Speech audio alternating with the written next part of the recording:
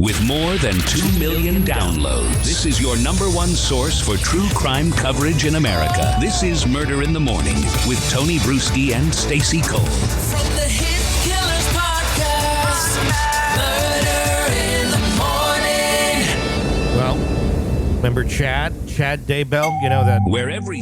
Whoops, wrong button. That weird man out in Idaho that was a little bit more than weird, more like evil, for killing JJ Vallow and Tylee Ryan, Lori Vallow's kids, who she was also in on it. Well, oh, yeah, that guy. Yeah, that guy. The Daybells. Remember that Idaho home where all that happened at? Well, it's now been sold to a nonprofit. So it looks like, who was the attorney for Chad? I forgot his name. He was so bad. John Pryor. Poor John Pryor. That was like one of the payments that he got from Chad was the house. So apparently he sold it. Chad Daybell's Idaho home, the site of those tragedies in when they were discovered in June of 21. It's been sold to a local nonprofit organization. The Fremont County property, which also saw the death of Chad's first wife, Tammy Daybell, in October of 2019, was purchased by SJ Healing Crossroads Inc., a nonprofit dedicated to helping those affected by traumatic experiences. Court records reviewed by Court TV confirmed the sale, which occurred after Chad Daybell and his second wife, Lori Vallow Daybell, were convicted on multiple charges in connection to the deaths. Chad was sentenced to death, while Lori received a life sentence without the possibility of parole. Before the sale, ownership of the property had been transferred to Chad's defense attorney, John Pryor, through a quitclaim deed, a move revealed during Chad's trial by a witness. After Chad's conviction, the property was listed for sale in June and subsequently purchased by SJ Healing Crossroads for $350,000.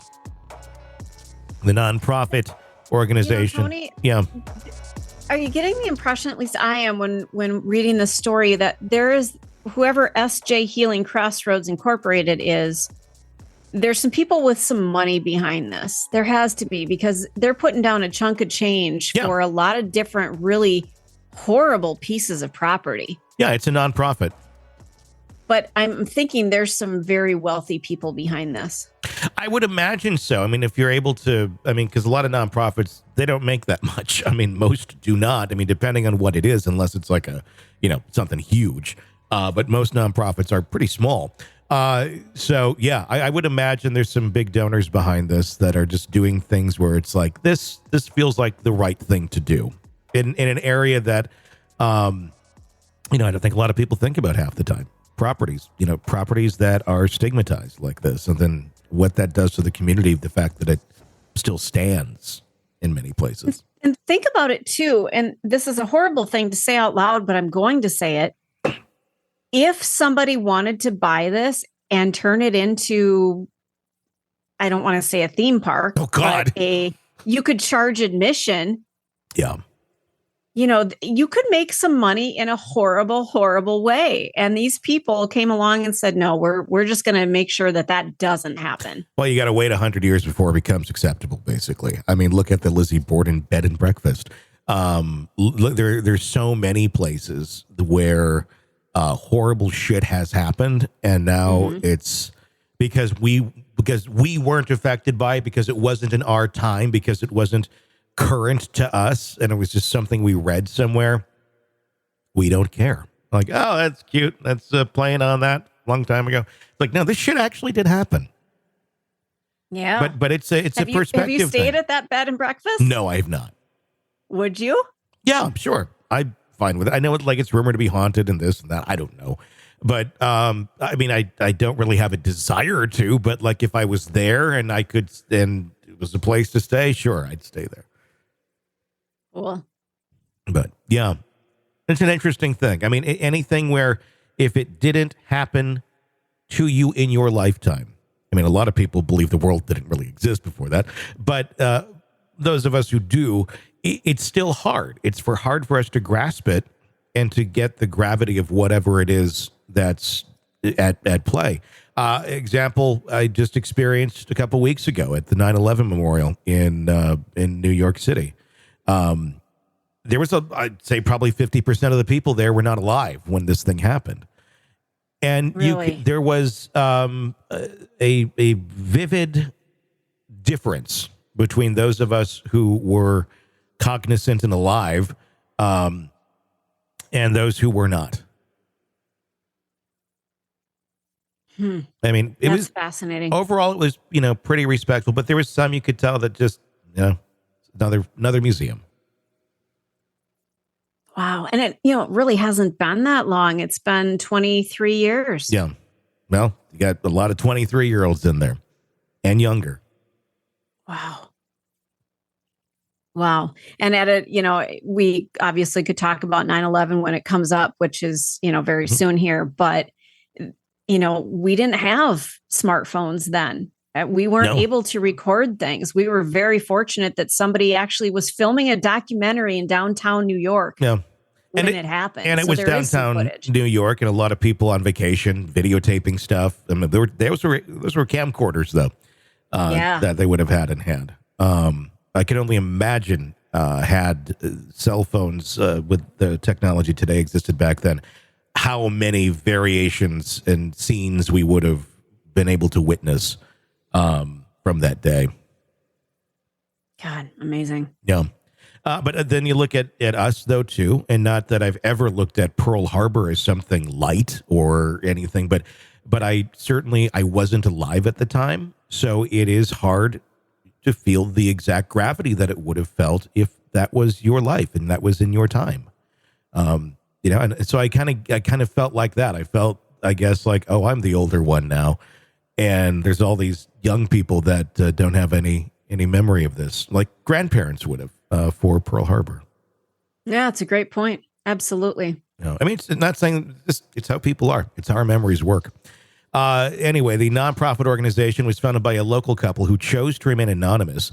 Their primary concern was to prevent the property from being exploited as a macabre tourist attraction, as reported by KSL TV. We feel compassion for the families and the community, and we didn't want to see it purchased by someone whose intentions were inappropriate, the couple shared. There were rumors about how someone wanted to buy it and turn it into an Airbnb, and we just couldn't let that happen. Fuck, that would be creepy. But there would be people signing up. It just seems to be so, I know there's like murder tourism, but this is, I don't know. It's rare for me to say too soon about something, but this would be too soon. Well, children died and were burned on this site. So it's not like they were murdered and just removed from the property. They were cremated there. Yeah. I mean, what kind of person wants to go stay at that place? There's beautiful places you can stay. There's yurts. There's all kinds of weird, different things, but ew. You'd be surprised. What's going to happen next? I shouldn't even give any horrible person this idea. Oh, it's probably already out there, but go ahead. Daybell's dead pets in the cemetery will be dug up, and people are going to start collecting them. Oh, guaranteed. There's going to be some macabre, like they'll get it and they'll try and taxiderm whatever is remaining. And it'll be, this is, Chad Daybell's dog or whatever. Sick. Yeah. I mean, look at how much the shit went for, at the Murdaugh auction. Well, again, what, that turtle thing? Just because, or am I thinking of Schitt's Creek? Because people wanted to get, the turtle shell. It was very much like Schitt's Creek, but and people wanted to get a piece of this macabre, horrible story. And just a few years ago, a kid and his mom had their brains blown out on the property, and somehow that increased the value of these items by like 20-fold. Yeah, but take a look. You and I had just talked about what's hanging by your staircase. What's hanging by my staircase? A piece of tile. Oh, but that ship didn't sink. Oh, you're right. Ha. Okay. I've said it on the air before. I have a piece of the Olympic Titanic sister ship. I have a floor tile. And you find them on like eBay and stuff every now and then. But I've had it for a while. But yeah, I mean, if it was the Titanic's, I think that'd be a little more macabre. But I think something like that belongs in a museum, not in someone's home, honestly. I agree, but I think I'm a jackass enough that if somebody said I've got a piece of Titanic tile for you, I probably would enshrine it somewhere. Yeah, I mean, I think it's the difference between doing it respectfully and doing it, in a darker way. If anything should be out on that property, it would be a grave and a memorial, not a Airbnb for people who want to go stay where the fucking Daybells murdered the kids. So sick. In line with their mission, the couple is now raising funds to demolish the home and other structures on the property. A statement on the SJ Healing Crossroads website reads, SJ Healing Crossroads provides community help and support for those affected by traumatic experiences or loss. We recently purchased a property formerly owned by Chad Daybell in Rexburg, Idaho. The funds donated will be used to remove the house and outbuildings. This will be a start in changing the property into a positive place where such a tragedy occurred. The fate of properties linked to tragic events often sparked public interest. In a similar move, the house where the University of Idaho students were murdered was demolished in December, with the suspect Brian Koberger expected to face trial next year. I don't think they should have ever demolished it until the trial's done. I know it's like, it sucks, but hey, let's not count our chickens before they hatch. And you never know what piece of evidence may be used or may need to be used in a trial. Look how powerful it was in Murdaugh when they went out to the kennels. Oh, good point. But I mean, and there's a house. That's an interesting one here, because the Murdaugh house is up for sale, and they've had a lot of interested buyers. And it's like it's not being sold as the murder house. It's like people legitimately, I think, would like it for a farmhouse and hunting and all of that, and they're ready to reuse it. I don't think that's one that's going to get picked up as a let's tear this thing down. Well, it's a beautiful home too. So you're dealing with an attorney who is extremely wealthy versus Chad Daybell. True. Yeah. One's borderline beyond a trailer, and the other is the very nice farmhouse. What is it? $3.9 million for the Murdaugh family farm. So it's a beautiful structure. And, if you can kind of put aside what happened, I'm not sure I could. I think you make it into a giant Halloween attraction with a pumpkin patch, hay rides, orchard, and then you have the haunted house. And it's essentially, it starts and you're back there at the kennels. Is where it starts, and it goes from there. Then you have multiple people dressed as Alec Murdaugh in white shirts chasing you all over. Oh my God! Yeah. Constructed in 2011, this house has 4 bedrooms and 3.5 bathrooms. Yeah. Wow. Yeah. So, the Moselle property. Yeah, it's changed hands. But. And I don't know. I mean, I guess in some cases, I don't know. I mean, what makes either of them different, honestly, other than the value of the home? Yeah, they're both gross places. Yeah. By the way, this has a 1,140 square foot guest cottage, an equipment shed, and an equipment wash down station. Wow. Ew. My God, I think I had a dream the other night that I was on Alec Murdaugh's property. I know why I dreamed that, because I just watched a YouTube video where people did sneak onto Alec Murdaugh's property. So then that's where that came from. Anyway. And now we get a glimpse into Tony Bruschi's mind. Exactly.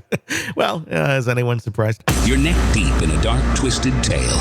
And just as the tension peaks, bam, a commercial about some miracle diet pill breaks the spell. It's like finding a fly in your soup after the first bite. But here's the fix. True Crime Today Premium Plus on Apple Podcasts. You get to enjoy your crime stories without the junk.